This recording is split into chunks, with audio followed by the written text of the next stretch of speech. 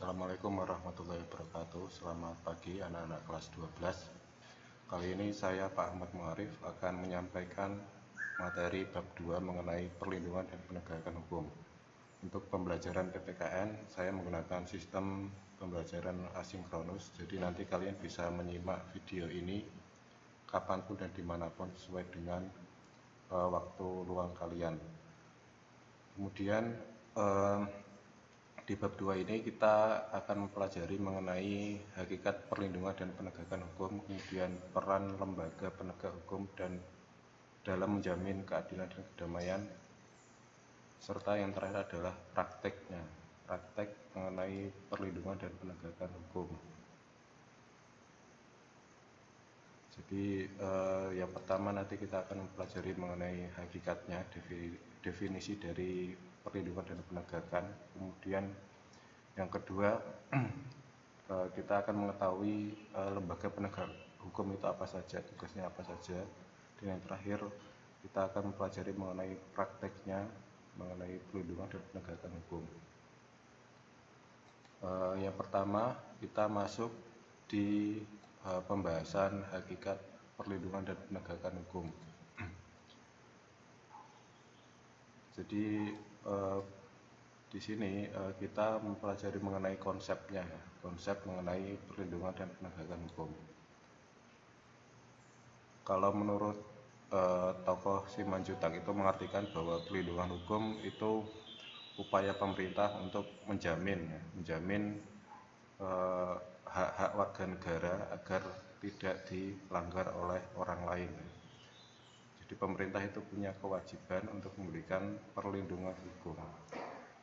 Nah, perlindungan hukum itu ya bisa dikatakan sebagai perlindungan hukum apabila mengandung unsur-unsur ini. Yang pertama, adanya kepastian hukum dari pemerintah kepada warganya. Kemudian berkaitan dengan hak-hak warga negara. Dan yang terakhir adanya sanksi. Jadi perlindungan hukum itu bisa dikatakan melindungi warga negara apabila adanya jaminan. Misalnya terdapatnya pasal-pasal di undang-undang. Kemudian berkaitan dengan hak-hak warga negara, hak untuk mendapatkan pekerjaan, hak mendapatkan pendidikan, hak untuk mendapatkan kehidupan yang layak dan sebagainya, itu semua diatur dalam hukum. Contoh dari perlindungan hukum sendiri itu ya di sini adanya undang-undang ya, undang-undang mengenai perlindungan konsumen. Misalnya ketika ada barang ilegal seperti kosmetik, itu nanti pemerintah akan melindungi warganya dengan cara mengambil paksa atau menyita barang-barang ilegal seperti itu. Kemudian barang-barang hasil impor ilegal, misal HP, laptop dan sebagainya, itu nanti juga akan disita oleh pemerintah. Selain itu ada juga kaitannya dengan perlindungan konsumen, yaitu mengenai dana haji. Misalnya dana haji itu biasa dikelola oleh pihak swasta, itu nanti juga akan dilindungi oleh pemerintah. Ketika misalnya konsumen itu dirugikan, maka boleh diadukan melalui hukum. Nah, peran pemerintah di sini adalah melindungi warganya supaya haknya itu tadi bisa dijamin, ya, bisa dijamin oleh pemerintah. Kemudian kita membahas mengenai penegakan hukum. Jadi perlindungan hukum ya itu bisa terlaksana apabila ada penegakan hukum. Misalnya tadi berkaitan dengan perlindungan konsumen, yaitu tadi bisa dilindungi apabila undang-undang mengenai perlindungan konsumen itu ditegakkan. Dan kemudian misalnya tentang hak cipta, suatu karya musik itu bisa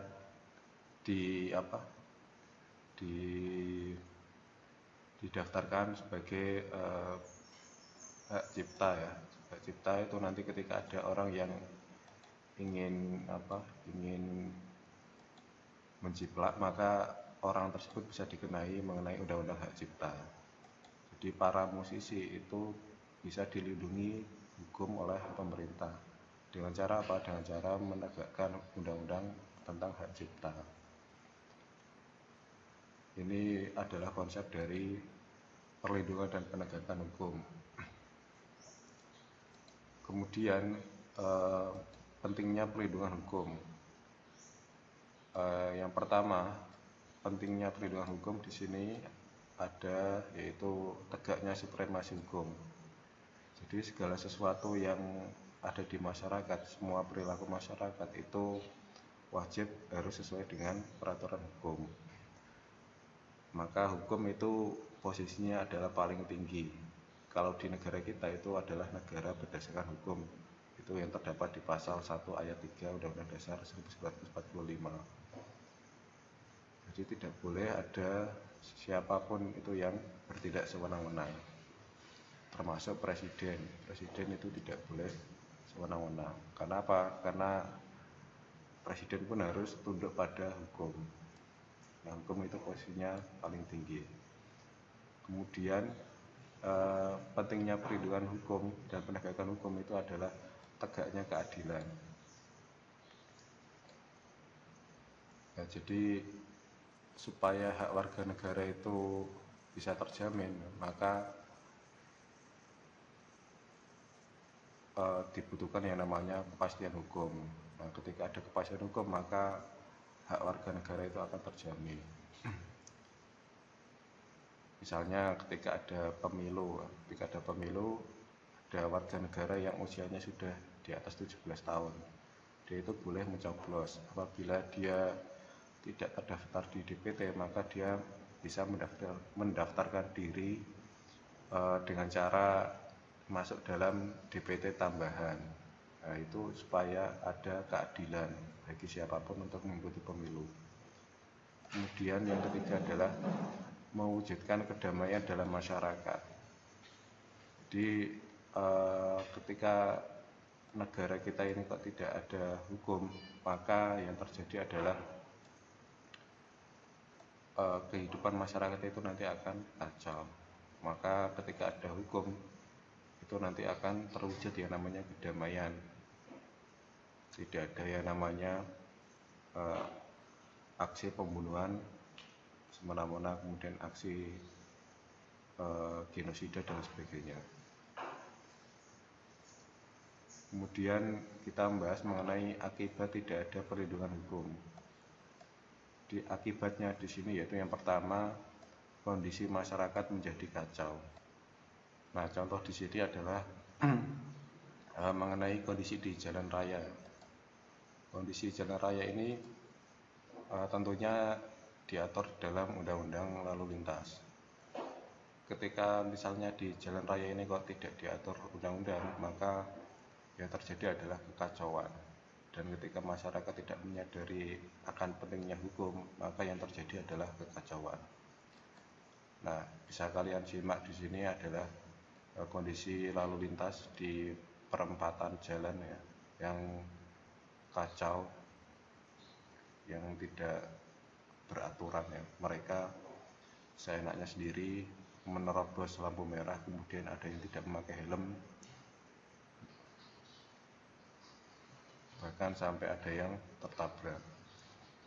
Nah, ini merupakan akibat tidak adanya perlindungan hukum dan tidak ada penegakan hukum. Jadi adanya undang-undang lalu lintas itu supaya warganya itu tertib ketika berkendara dan terjamin keselamatannya, baik itu untuk diri sendiri maupun orang lain. Kemudian yang selanjutnya adalah tata nilai dan sosial masyarakat tidak terarah. Di Indonesia sendiri itu banyak sekali kebudayaan ya, kebudayaan yang beredar di setiap wilayah. Maka pemerintah itu punya undang-undang untuk menjamin kebudayaan tersebut. Supaya apa? Supaya budaya tersebut lebih terarah dan tidak ada satu pihak yang dirugikan. Misalnya di Provinsi Aceh itu, di sana mempunyai yang namanya otonomi khusus. Nah, mereka punya kebudayaan sendiri, cara mereka sendiri, sehingga apa yang diyakini dan dilaksanakan seperti hukum menggunakan syariat Islam itu lebih terarah dan tidak seenaknya sendiri dalam memberikan sanksi kepada masyarakat.